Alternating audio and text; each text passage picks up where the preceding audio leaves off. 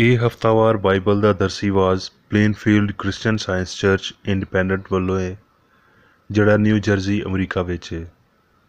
ਹੋਰ ਮਾਲੂਮਾਤ ਲਈ ਤੁਸੀਂ ਸਾਡੀ ਵੈਬਸਾਈਟ ਵੇਖੋ www.plainfieldcs.com।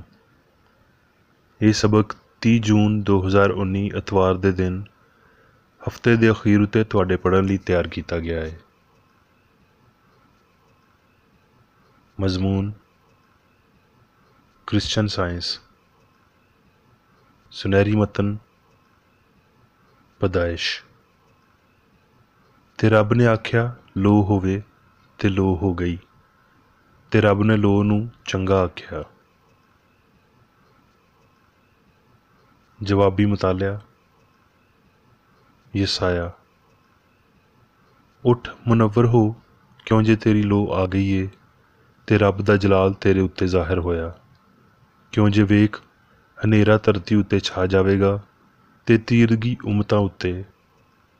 ਪਰ ਰੱਬ ਤੇਰੇ ਉੱਤੇ ਤਾਲੇ ਹੋਵੇਗਾ, ਤੇ ਉਹਦਾ ਜਲਾਲ ਤੇਰੇ ਉੱਤੇ ਨਮਾਇਆ ਹੋਵੇਗਾ। ਤੇ ਕੌਮਾਂ ਤੇਰੀ ਲੋ ਵੱਲ ਆਉਣਗੀਆਂ, ਤੇ ਸੁਲਤਾਨ ਤੇਰੇ ਤਲੂ ਦੀ ਲੋ ਵਿੱਚ ਚੱਲਣਗੇ।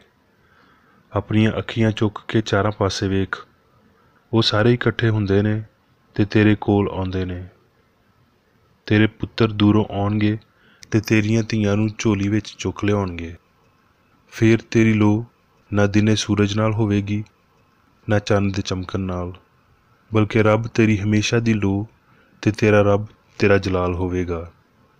ਤੇਰਾ ਸੂਰਜ ਕਦੀ ਨਾ ਢਲੇਗਾ, ਤੇ ਤੇਰੇ ਚੰਨ ਨੂੰ ਜ਼ਵਾਲ ਨਾ ਆਵੇਗਾ। ਕਿਉਂ ਜੇ ਤੇਰਾ ਰੱਬ ਤੇਰਾ ਅਬਦੀ ਨੂਰ ਹੋਵੇਗਾ, ਤੇ ਤੇਰੇ ਵੈਨ ਦੇ ਦਿਨ ਮੁੱਕ ਜਾਣਗੇ। ਤੇ ਤੇਰੇ ਲੋਕ ਸਾਰੇ ਰਾਸਤਬਾਜ਼ ਹੋਣਗੇ। ਉਹ ਹਮੇਸ਼ਾ ਤਿਕਰ ਮੁਲਕ ਦੇ ਵਾਰਸ ਹੋਣਗੇ, ਯਾਨੀ ਮੇਰੀ ਲਾਈ ਹੋਈ ਟਾਹਣੀ ਤੇ ਮੇਰੀ ਦਸਤਕਾਰੀ ਬਣਨਗੇ, ਤਾਂ ਜੋ ਮੇਰਾ ਜਲਾਲ ਜ਼ਾਹਰ ਹੋਵੇ। ਦਰਸੀ ਆਵਾਜ਼ ਬਾਈਬਲ ਵਿੱਚੋਂ। ਯੂਹੰਨਾ। ਸ਼ੁਰੂ ਵਿੱਚ ਕਲਾਮ ਸੀ, ਤੇ ਕਲਾਮ ਰੱਬ ਸੀ। ਇਹ ਹੀ ਸ਼ੁਰੂ ਵਿੱਚ ਰੱਬ ਦੇ ਨਾਲ ਸੀ। ਸਾਰੀਆਂ ਸ਼ੈਵਾਂ ਉਹਦੇ ਰਾਹੀਂ ਜੰਮੀਆਂ, ਤੇ ਜੋ ਕੁਝ ਜੰਮਿਆ ਉਹਦੇ ਵਿੱਚੋਂ ਕੋਈ ਸ਼ੈ ਵੀ ਉਹਦੇ ਬਗੈਰ ਨਾ ਜੰਮੀ। ਉਹਦੇ ਵਿੱਚ ਹਯਾਤੀ ਸੀ, ਤੇ ਉਹ ਹਯਾਤੀ ਬੰਦਿਆਂ ਦਾ ਨੂਰ ਸੀ। ਤੇ ਲੋ ਹਨੇਰੇ ਵਿੱਚ ਚਮਕਦੀ ਏ, ਤੇ ਹਨੇਰੇ ਨੇ ਉਹਨੂੰ ਕਬੂਲ ਨਾ ਕੀਤਾ।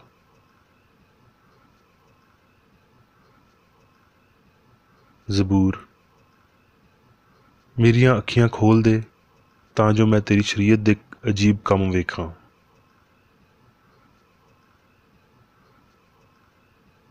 ਜ਼ਬੂਰ। ਐ ਰੱਬਾ, ਅਸਮਾਨ ਵਿੱਚ ਤੇਰੀ ਸ਼ਫਕਤ ਏ, ਤੇਰੀ ਵਫਾਦਾਰੀ ਫਲਕ ਤਿਕਰ ਉੱਚੀ ਏ। ਤੇਰੀ ਸੱਚਾਈ ਰੱਬ ਦੇ ਪਹਾੜਾਂ ਵਾਂਗਰ ਏ, ਤੇਰੇ ਹੁਕਮ ਬਹੁਤ ਡੂੰਘੇ ਨੇ। ਐ ਰੱਬਾ, ਤੂੰ ਇਨਸਾਨ ਤੇ ਜਾਨਵਰ ਦੋਵਾਂ ਨੂੰ ਮਹਿਫੂਜ਼ ਰੱਖਦਾ ਹੈ। ਐ ਰੱਬਾ, ਤੇਰੀ ਸ਼ਫਕਤ ਕਿੰਨੀ ਕੀਮਤੀ ਏ।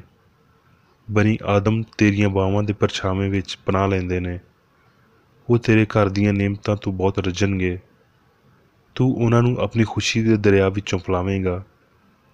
ਕਿਉਂ ਜੇ ਹਯਾਤੀ ਦਾ ਚਸ਼ਮਾ ਤੇਰੇ ਕੋਲ ਹੈ, ਤੇਰੇ ਨੂਰ ਦੇ ਪਾਰੋਂ ਅਸੀਂ ਲੋ ਵੇਖਾਂਗੇ।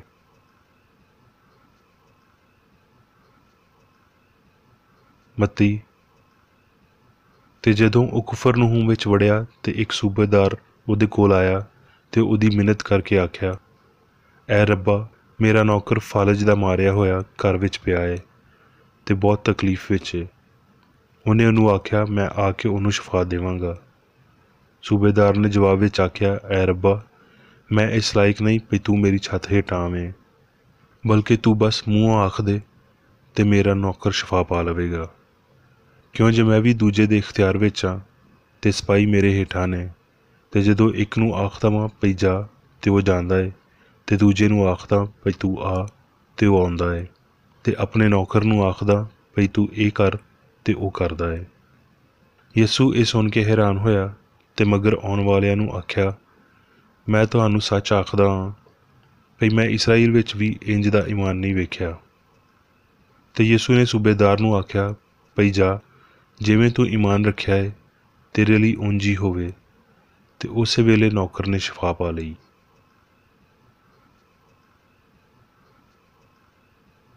यूहन्ना, क्यों जे रब ने जग नाल अजिहा प्यार रखिया भई उन्हें अपना कला कला पुत्तर ही दे छड्डिया, तां जो जिहड़ा भी उहदे उत्ते ईमान लियावे मरे ना बल्कि हमेशा दी हयाती पावे।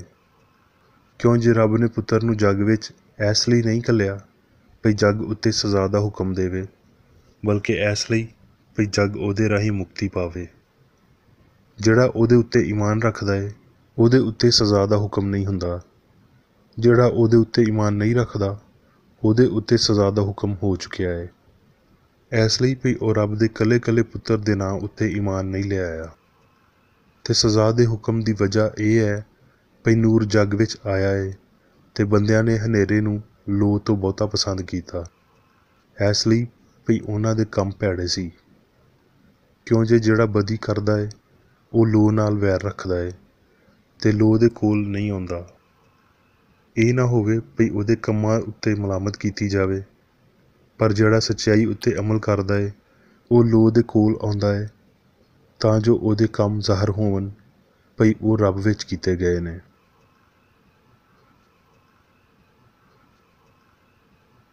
यूहन्ना, यसू ने फिर उन्हां नाल मुखातब होके आख्या भई जग दी लो मैं हाँ, जिहड़ा मेरे मगर टुरेगा वो हनेरे विच ना चलेगा बल्कि हयाती दी लो पावेगा।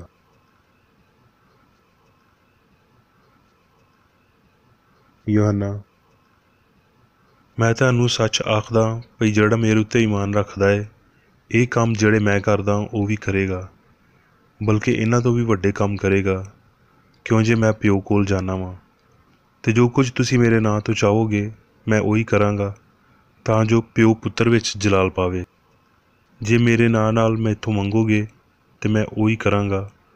जे तुसीं मेरे नाल प्यार करदे हो ते मेरे हुक्मां उत्ते चलो ते मैं प्यो तो मिन्नत करांगा भई वो तुहानूं दूजा मददगार देवे तां जो वो तुहाडे नाल रवे, यानी सच्चाई दा रूह जिन्हूं जग हासल नहीं कर सकदा, क्यों जे ना उहनूं वेखदा है ते ना जानदा है। तुसीं उहनूं जाणदे हो क्यों जे वो तुहाडे नाल रहिंदा है ते तुहाडे अंदर होवेगा। मैं तुहानूं यतीम नहीं छड्डांगा, मैं तुहाडे कोल आवांगा।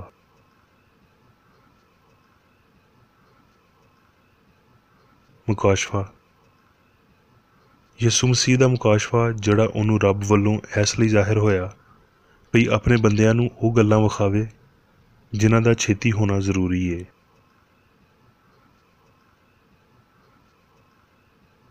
मुकाशफा, फिर मैं एक नवां आसमान ते नवीं धरती नूं वेख्या, क्यों जे पहला आसमान ते पहली धरती जांदी रही सी ते समुंदर भी नहीं सी रहा।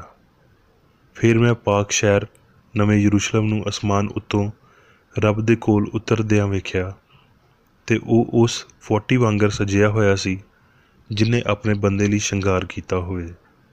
फिर मैं तख्त विचों किसे नूं ਉੱਚੀ आवाज़ नाल ਇਹ ਕਹਿੰਦਿਆਂ सुनिया भई वेख रब दा खैमा बंदियां दे विचकार है ते ਉਹ ਉਹਨਾਂ ਨਾਲ ਸਕੂਨਤ ਕਰੇਗਾ ते ਉਹ ਉਹਦੇ ਲੋਕ ਹੋਵਣਗੇ ਤੇ ਰੱਬ ਆਪ ਉਹਨਾਂ ਦੇ ਨਾਲ ਰਵੇਗਾ ਤੇ ਉਹਨਾਂ ਦਾ ਰੱਬ ਹੋਵੇਗਾ ਤੇ ਉਹ ਉਹਨਾਂ ਦੀਆਂ ਅੱਖੀਆਂ ਦੇ ਸਾਰੇ ਅਥਰੂ ਪੂੰਝ ਦੇਵੇਗਾ।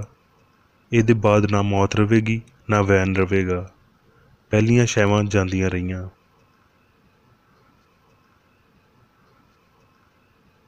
ਮੁਕਾਸ਼ਫਾ, ਮੈਂ ਯਸੂ ਨੇ ਆਪਣਾ ਫਰਿਸ਼ਤਾ ਇਸ ਲਈ ਘੱਲਿਆ ਵੀ ਕਲੀਸਿਆਵਾਂ ਦੇ ਬਾਰੇ ਤੁਹਾਡੇ ਅੱਗੇ ਇਹਨਾਂ ਗੱਲਾਂ ਦੀ ਗਵਾਹੀ ਦੇਵੇ।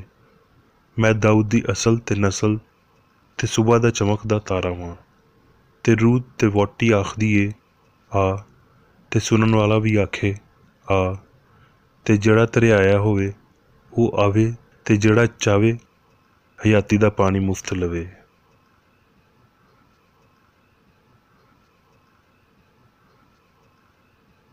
ਹੁਣ ਮੈਂ ਮੇਰੀ ਬੇਕਰ ਏਡੀ ਦੀ ਲਿਖੀ ਹੋਈ ਕ੍ਰਿਸਚਨ ਸਾਇੰਸ ਦੀ ਦਰਸੀ ਕਿਤਾਬ ਸਾਇੰਸ ਤੇ ਸਿਹਤ ਆਇਤਾਂ ਦੀ ਕੁੰਜੀ ਦੇ ਨਾਲ ਵਿੱਚੋਂ ਲਈਆਂ ਹੋਈਆਂ ਲਿਖਾਈਆਂ ਪੜ੍ਹਾਂਗਾ। ਸਾਇੰਸ ਤੇ ਸਿਹਤ। ਕ੍ਰਿਸਚਨ ਸਾਇੰਸ ਇਹ ਜ਼ਾਹਿਰ ਕਰਦੀ ਏ ਜਿਹੜਾ ਅੱਖ ਨੇ ਨਹੀਂ ਵੇਖਿਆ ਇੱਥੇ ਤੀਕਰ ਜੋ ਕੁਝ ਵਜੂਦ ਏ ਉਹਦੀ ਵਜ੍ਹਾ ਨੂੰ ਹੀ, ਕਿਉਂ ਜੇ ਸੰਸਾਰ ਇਨਸਾਨ ਨੂੰ ਸ਼ਾਮਲ ਕਰਕੇ ਓਨਾ ਹੀ ਅਬਦੀ ਏ ਜਿੰਨਾ ਰੱਬ ਏ ਜਿਹੜਾ ਇਹਦਾ ਇਲਾਹੀ ਲਾਫਾਨੀ ਅਸੂਲ ਹੈ।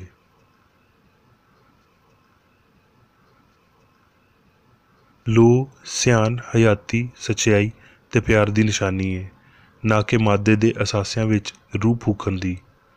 ਸਾਇੰਸ ਬਸ ਇੱਕ ਸਿਆਣ ਨੂੰ ਜ਼ਾਹਿਰ ਕਰਦੀ ਹੈ ਅਤੇ ਇਹ ਆਪਣੇ ਆਪ ਦੀ ਲੋਹ ਨਾਲ ਮੁਨੱਵਰ ਹੁੰਦਿਆਂ ਹੋਏ ਸੰਸਾਰ ਉੱਤੇ ਇਨਸਾਨ ਨੂੰ ਸ਼ਾਮਲ ਕਰਕੇ ਹਕੂਮਤ ਕਰਦਿਆਂ ਹੋਏ ਕਾਮਲ ਹਮਾਹੰਗੀ ਰੱਖਦਾ ਹੈ।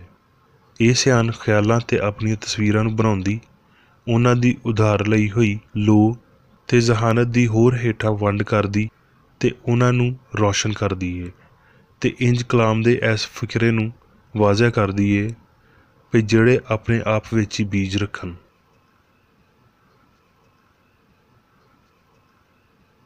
ਯਿਸੂ ਨਾਸਰੀ ਜੱਗ ਵਿੱਚ ਪੈਰ ਰੱਖਣ ਵਾਲਾ ਸਭ ਤੋਂ ਬਹੁਤਾ ਸਾਇੰਸੀ ਬੰਦਾ ਸੀ। ਉਹਨੇ ਮਾਦੀ ਸ਼ੈਵਾਂ ਦੇ ਹੇਠਾਂ ਗੋਤਾ ਲਾਇਆ ਅਤੇ ਰੂਹਾਨੀ ਵਜ੍ਹਾ ਨੂੰ ਲੱਭਿਆ।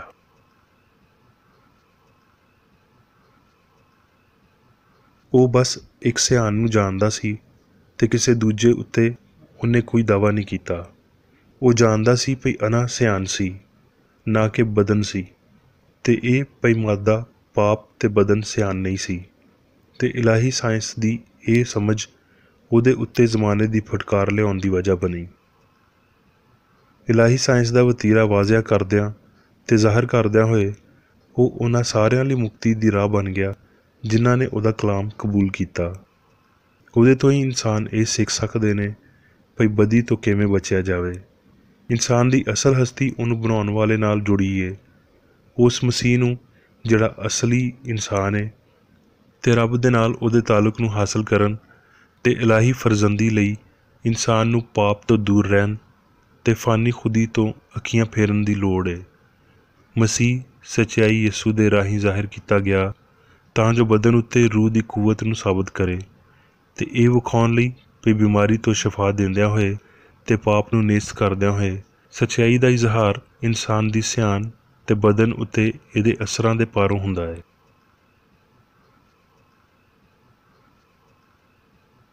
ਸੰਨ 1866 ਵਿੱਚ ਮੈਂ ਕ੍ਰਿਸਚਨ ਸਾਇੰਸ ਜਾਂ ਹਯਾਤੀ, ਸੱਚਾਈ ਅਤੇ ਪਿਆਰ ਦੇ ਇਲਾਹੀ ਕਾਨੂੰਨਾਂ ਨੂੰ ਲੱਭਿਆ ਅਤੇ ਆਪਣੀ ਇਸ ਤਲਾਸ਼ ਨੂੰ ਕ੍ਰਿਸਚਨ ਸਾਇੰਸ ਦਾ ਨਾਂ ਦਿੱਤਾ।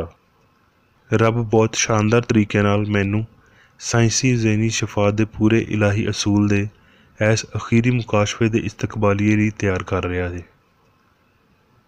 ਇਹ ਸਰੀਹੀ ਅਸੂਲ ਇਮਾਨੁਅਲ, ਰੱਬ ਸਾਡੇ ਨਾਲ ਹੈ, ਹਮੇਸ਼ਾ ਦੇ ਹਾਕਮ, ਉਹਦੇ ਮੁਕਾਸ਼ਫੇ ਵੱਲ ਇਸ਼ਾਰਾ ਕਰਦਾ ਹੈ। ਆਦਮ ਦੇ ਪੁੱਤਰ ਨੂੰ ਹਰ ਉਸ ਬਿਮਾਰੀ ਤੋਂ ਆਜ਼ਾਦ ਕਰਦਿਆਂ ਹੋਏ ਜਿਹੜਾ ਬਦੀ ਦੀ ਮਿਰਾਸ ਹੈ। ਕ੍ਰਿਸਚਨ ਸਾਇੰਸ ਦੇ ਰਾਹੀਂ ਮਜ਼ਹਬ ਅਤੇ ਦਵਾਈ ਇਲਾਹੀ ਫਿਤਰਤ ਅਤੇ ਜੋਹਰ ਦੇ ਨਾਲ ਇਲਾਹਮੀ ਬਣਾਏ ਜਾਂਦੇ ਨੇ, ਈਮਾਨ ਅਤੇ ਸਮਝ ਨੂੰ ਭਰ ਦਿੱਤੇ ਜਾਂਦੇ ਨੇ ਅਤੇ ਖਿਆਲ ਸਿਆਣ ਦੇ ਨਾਲ ਆਪਣੇ ਆਪ ਨੂੰ ਰੱਬ ਦੇ ਨਾਲ ਜੋੜਦੇ ਨੇ।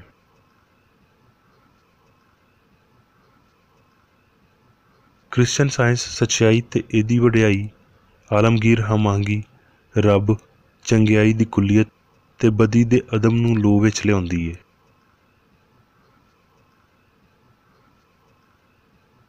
ਇੰਜ ਦੀ ਕੋਈ ਥਾਂ ਨਹੀਂ ਹੈ ਜਿੱਥੇ ਰੱਬ ਦੀ ਲੋੜ ਨਹੀਂ ਵੇਖੀ ਜਾਂਦੀ, ਕਿਉਂ ਜੇ ਸੱਚਾਈ, ਹਯਾਤੀ ਅਤੇ ਪਿਆਰ ਕਸਰਤ ਨੂੰ ਭਰਦੇ ਅਤੇ ਹਮੇਸ਼ਾ ਤੋਂ ਨੇ।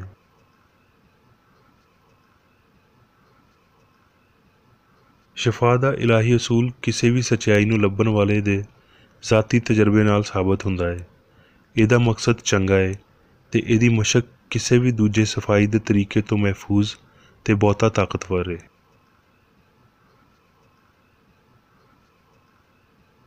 ਕ੍ਰਿਸਚਨ ਸਾਇੰਸ ਦੀ ਬਦਨੀ ਸ਼ਿਫਾ ਇਲਾਹੀ ਅਸੂਲ ਦੇ ਕੰਮ ਨਾਲ ਹੋਣ ਯਿਸੂ ਦੇ ਜ਼ਮਾਨੇ ਵਾਂਗਰ ਸਾਹਮਣੇ ਆਉਂਦੀ ਹੈ, ਜਿਹਦੇ ਤੋਂ ਪਹਿਲਾਂ ਪਾਪ ਅਤੇ ਬਿਮਾਰੀ ਇਨਸਾਨੀ ਸਮਝ ਵਿੱਚ ਆਪਣੀ ਅਸਲੀਅਤ ਗਵਾ ਦਿੰਦੇ ਨੇ ਅਤੇ ਇੰਜ ਫਿਤਰੀ ਅਤੇ ਲਾਜ਼ਮੀ ਤੌਰ 'ਤੇ ਗਾਇਬ ਹੋ ਜਾਂਦੇ ਨੇ ਜਿਵੇਂ ਹਨੇਰਾ ਲੋਹ ਨੂੰ ਅਤੇ ਪਾਪ ਦਰੁਸਤਗੀ ਨੂੰ ਥਾਂ ਦਿੰਦੇ ਨੇ। ਉਸ ਵੇਲੇ ਵਾਂਗਰ ਹੁਣ ਵੀ ਇਹ ਵੱਡੇ ਕੰਮ ਮਫੂਕੁਲ ਫਿਤਰੀ ਨਹੀਂ ਬਲਕਿ ਫਿਤਰੀ ਨੇ।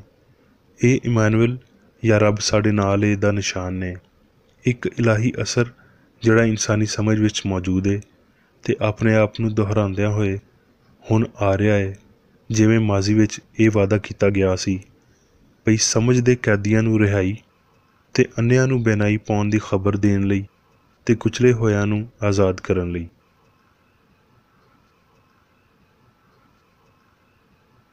ਇੱਕ ਨਿੱਕੇ ਬੱਚੇ ਵਾਂਗਰ ਬਣਨ ਦੀ ਤਾਂਘ ਤੇ ਨਵੀਂ ਸੋਚ ਲਈ ਪੁਰਾਣੀ ਨੂੰ ਛੱਡਣਾ ਐਸ ਦਾਨਸ਼ ਨੂੰ ਪੈਦਾ ਕਰਦਾ ਹੈ ਜਿਹੜੀ ਨਵੇਂ ਨਜ਼ਰੀਏ ਨੂੰ ਕਬੂਲ ਕਰਨ ਵਾਲੀ ਹੋਵੇ। ਗਲਤ ਨਿਸ਼ਾਨੀਆਂ ਨੂੰ ਛੱਡਣ ਦੀ ਖੁਸ਼ੀ ਤੇ ਉਹਨਾਂ ਨੂੰ ਗਾਇਬ ਹੁੰਦਿਆਂ ਵੇਖਣ ਦੀ ਖੁਸ਼ੀ। ਇਹ ਸਲਾਹ ਸਾਰੀ ਹਮਾਹੰਗੀ ਨੂੰ ਤੇਜ਼ੀ ਨਾਲ ਪੂਰਾ ਕਰਨ ਵਿੱਚ ਮਦਦ ਦਿੰਦੀ ਹੈ। ਸਮਝ ਤੇ ਆਪਣੇ ਆਪ ਦੀ ਪਾਕੀਜ਼ਗੀ ਤਰੱਕੀ ਦਾ ਸਬੂਤ ਹੈ। ਧਨ ਨੇ ਉਹ ਜਿਹੜੇ ਪਾਕ ਦਿਲ ਨੇ, ਕਿਉਂ ਜੇ ਉਹ ਰੱਬ ਨੂੰ ਵੇਖਣਗੇ।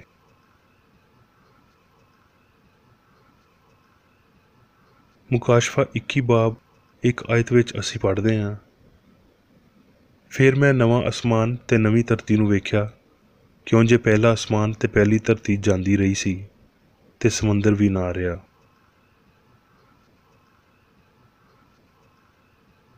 ਇਨਕਸ਼ਾਫ ਕਰਨ ਵਾਲਾ ਸਾਡੀ ਵਜੂਦੀਅਤ ਦੀ ਥਾਂ ਉੱਤੇ ਸੀ, ਜਦ ਕਿ ਉਹ ਵੇਖਦਿਆਂ ਹੋਏ ਜੋ ਅੱਖ ਨਹੀਂ ਵੇਖ ਸਕਦੀ, ਜੋ ਗੈਰ ਇਲਹਾਮੀ ਸੋਚ ਲਈ ਗੈਰ ਹਾਜ਼ਰ ਹੈ। ਪਾਕ ਲਿਖਾਈ ਦੀ ਇਹ ਗਵਾਹੀ ਸਾਇੰਸ ਦੀ ਇਸ ਅਸਲੀਅਤ ਨੂੰ ਕਾਇਮ ਰੱਖਦੀ ਹੈ ਭਈ ਅਸਮਾਨ ਤੇ ਧਰਤੀ ਇੱਕ ਇਨਸਾਨੀ ਸਮਝ, ਯਾਨੀ ਉਹ ਸਮਝ ਜਿਹੜੀ ਰੱਬ ਦਿੰਦਾ ਹੈ, ਉਹਦੇ ਲਈ ਰੂਹਾਨੀ ਹੈ, ਜਦ ਕਿ ਦੂਜੀ ਸਮਝ ਗੈਰ ਰੋਸ਼ਨ ਇਨਸਾਨ ਦੀ ਸਿਆਣ ਲਈ ਬਸੀਰਤ ਮਾਦੀ ਹੈ। ਬੇਸ਼ੱਕ ਇਹ ਜ਼ਾਹਰ ਕਰਦਾ ਹੈ ਭਈ ਜਿਵੇਂ ਇਨਸਾਨੀ ਸਿਆਣ ਮਾਦੇ ਤੇ ਰੂਹ ਦੀ ਇਤਲਾਹ ਦਿੰਦੀ ਹੈ ਤੇ ਉਹ ਸਮਝ ਦੇ ਮਰਹਲਿਆਂ ਤੇ ਹਾਲਤਾਂ ਵਿੱਚ ਇਸ਼ਾਰਾ ਕਰਦੀ ਹੈ। ਇਸ ਸਾਇੰਸੀ ਸਮਝ ਦੇ ਨਾਲ ਇੱਕ ਹੋਰ ਮੁਕਾਸ਼ਫਾ ਸੀ, ਇੱਥੇ ਤੀਕਰ ਭਈ ਅਸਮਾਨ ਵੱਲੋਂ ਐਲਾਨ ਉੱਚੀ ਹਮਾਹੰਗੀ ਭਈ ਰੱਬ ਹਮਾਹੰਗੀ ਦਾ ਇਲਾਹੀ ਅਸੂਲ ਹਮੇਸ਼ਾ ਇਨਸਾਨ ਦੇ ਨਾਲ ਹੈ ਤੇ ਉਹ ਉਹਦੇ ਲੋਕ ਨੇ। ਇਸ ਲਈ ਇਨਸਾਨ ਨੂੰ ਹੋਰ ਰਹਿਮ ਦੇ ਕਾਬਲ ਪਾਪੀ ਨਹੀਂ ਸਮਝਿਆ ਗਿਆ, ਬਲਕਿ ਰੱਬ ਦਾ ਬਰਕਤ ਵਾਲਾ ਪੁੱਤਰ ਸਮਝਿਆ ਗਿਆ। ਕਿਉਂ ਜੇ ਅਸਮਾਨ ਤੇ ਧਰਤੀ ਦੇ ਬਾਰੇ ਮੁਕੱਦਸ ਯੂਹੰਨਾ ਦੀ ਬਦਨੀ ਹਿੱਸ ਗਾਇਬ ਹੋ ਗਈ ਸੀ ਤੇ ਇਸ ਝੂਠੀ ਹਿੱਸ ਦੀ ਥਾਂ ਰੂਹਾਨੀ ਹਿੱਸ ਆ ਗਈ ਸੀ, ਜਿਹੜੀ ਅਜਿਹੀ ਨਫਸੀ ਹਾਲਤ ਸੀ ਜਿਹਦੇ ਪਾਰੋਂ ਉਹ ਨਵੇਂ ਅਸਮਾਨ ਤੇ ਨਵੀਂ ਧਰਤੀ ਨੂੰ ਵੇਖ ਸਕਦਾ ਸੀ, ਜਿਹਦੇ ਵਿੱਚ ਰੂਹਾਨੀ ਖਿਆਲ ਤੇ ਅਸਲੀਅਤ ਦੀ ਸਮਝ ਸ਼ਾਮਲ ਹੈ। ਕਲਾਮ ਦਾ ਇਹ ਇਖਤਿਆਰ ਇਸ ਨਤੀਜੇ ਨੂੰ ਲਿਆਉਣ ਲਈ ਸੀ ਭਈ ਹਸਤੀ ਦੀ ਅਜਿਹੀ ਪਛਾਣ ਇਸ ਵਜੂਦੀਅਤ ਦੀ ਹੋਣ ਵਾਲੀ ਹਾਲਤ ਵਿੱਚ ਇਨਸਾਨ ਲਈ ਮੁਮਕਿਨ ਹੈ ਤੇ ਮੁਮਕਿਨ ਰਹੀ ਸੀ ਭਈ ਅਸੀਂ ਮੌਤ, ਦੁੱਖ ਤੇ ਦਰਦ ਦੇ ਆਰਾਮ ਨਾਲ ਇੱਥੇ ਤੇ ਹੁਣੇ ਬਾਖਬਰ ਹੋ ਸਕਦੇ ਹਾਂ। ਇਹ ਸਾਰੀ ਕ੍ਰਿਸਚਨ ਸਾਇੰਸ ਦੀ ਮਿਠਾਸ ਹੈ। ਬਰਦਾਸ਼ਤ ਕਰਨ ਵਾਲੇ ਪਿਆਰਿਓ, ਹੌਸਲਾ ਰੱਖੋ, ਕਿਉਂ ਜੇ ਹਸਤੀ ਦੀ ਇਹ ਅਸਲੀਅਤ ਯਕੀਨਨ ਕਦੀ ਨਾ ਕਦੀ ਕਿਸੇ ਨਾ ਕਿਸੇ ਸ਼ਕਲ ਵਿੱਚ ਸਾਹਮਣੇ ਆਵੇਗੀ। ਕੋਈ ਪੀੜ ਨਾ ਹੋਵੇਗੀ ਤੇ ਸਾਰੇ ਅਥਰੂ ਪੂੰਝ ਦਿੱਤੇ ਜਾਣਗੇ। ਜਦੋਂ ਤੁਸੀਂ ਇਹ ਪੜ੍ਹੋ ਤੇ ਯਿਸੂ ਦੇ ਇਹਨਾਂ ਲਫ਼ਜ਼ਾਂ ਨੂੰ ਯਾਦ ਰੱਖੋ, ਰੱਬ ਦੀ ਬਾਦਸ਼ਾਹੀ ਤੁਹਾਡੇ ਵਿਚਕਾਰ ਹੈ। ਇਸੇ ਲਈ ਇਹ ਰੂਹਾਨੀ ਸਮਝ ਹੋਣ ਵਾਲਾ ਇਮਕਾਨ ਹੈ।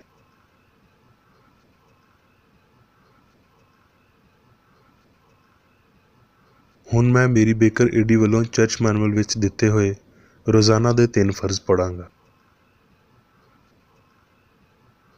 ਰੋਜ਼ਾਨਾ ਦੀ ਦੁਆ। ਇਸ ਚਰਚ ਦੇ ਹਰ ਰੁਕਨ ਦਾ ਇਹ ਫਰਜ਼ ਹੈ ਭਈ ਹਰ ਰੋਜ਼ ਉਹ ਇਹ ਦੁਆ ਕਰੇ, ਤੇਰੀ ਬਾਦਸ਼ਾਹੀ ਆਵੇ, ਇਲਾਹੀ ਸੱਚਾਈ, ਹਯਾਤੀ ਤੇ ਪਿਆਰ ਦੀ ਸਲਤਨਤ ਮੇਰੇ ਅੰਦਰ ਕਾਇਮ ਹੋਵੇ ਤੇ ਸਾਰੇ ਪਾਪ ਮੈਥੋਂ ਨਿਕਲ ਜਾਣ, ਤੇ ਤੇਰਾ ਕਲਾਮ ਸਾਰੇ ਇਨਸਾਨਾਂ ਦੇ ਪਿਆਰ ਨੂੰ ਵਧਾਵੇ ਤੇ ਉਹਨਾਂ ਉੱਤੇ ਹਕੂਮਤ ਕਰੇ।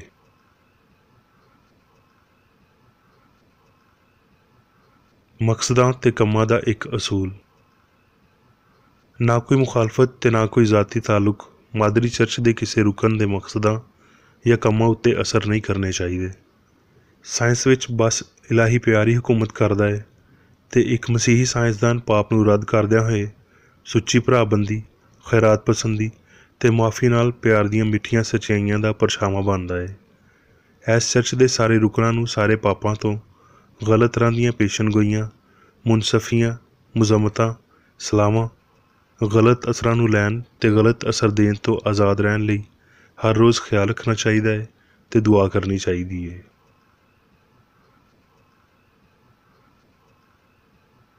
ਫਰਜ਼ ਲਈ ਚੁਸਤੀ। ਇਸ ਚਰਚ ਦੇ ਹਰ ਰੁਕਨ ਦਾ ਇਹ ਫਰਜ਼ ਹੈ ਭਈ ਉਹ ਹਰ ਰੋਜ਼ ਜਾਰਿਹਾਨਾ ਜ਼ਹਿਨੀ ਸਲਾਹਾਂ ਦੇ ਖਿਲਾਫ ਆਪਣੇ ਆਪ ਨੂੰ ਤਿਆਰ ਰੱਖੇ ਤੇ ਰੱਬ, ਆਪਣੇ ਕਾਇਦ ਤੇ ਇਨਸਾਨਾਂ ਲਈ ਆਪਣੇ ਫਰਜ਼ਾਂ ਨੂੰ ਨਾ ਕਦੀ ਭੁੱਲੇ ਤੇ ਨਾ ਕਦੀ ਨਜ਼ਰਅੰਦਾਜ਼ ਕਰੇ। ਉਹਦੇ ਕੰਮਾਂ ਦੇ ਰਾਹੀਂ ਉਹਦਾ ਇਨਸਾਫ ਹੋਵੇਗਾ, ਉਹ ਬੇਕਸੂਰ ਜਾਂ ਕਸੂਰਵਾਰ ਹੋਵੇਗਾ।